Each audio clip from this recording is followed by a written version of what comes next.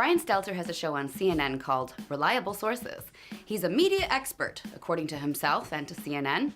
And he just did a segment with the Daily Beast editor-in-chief, John Avlon, that I found pretty hilarious.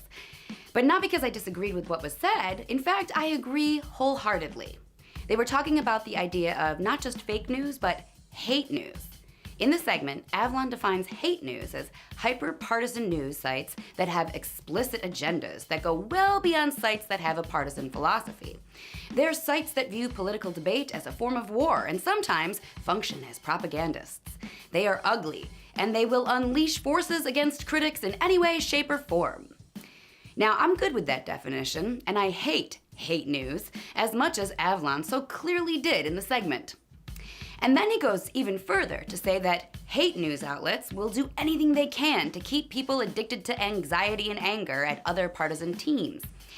Avlon goes on to say that hate news sites are able to profit off their hatred, and he concludes by saying how dangerous this hate news ecosystem is. And I agree with all of that too. Now for the hilarious part. Here's the editor-in-chief of the Daily Beast calling out news sites for being partisan. According to the website Media Bias Fact Check, the Daily Beast leans far left, almost to the extreme. During the election, many accused them of basically endorsing Hillary Clinton for president. They write about Trump with an incredible amount of hatred, fear, and loathing. They are as hyper-partisan as it gets, functioning basically as propagandists for the left.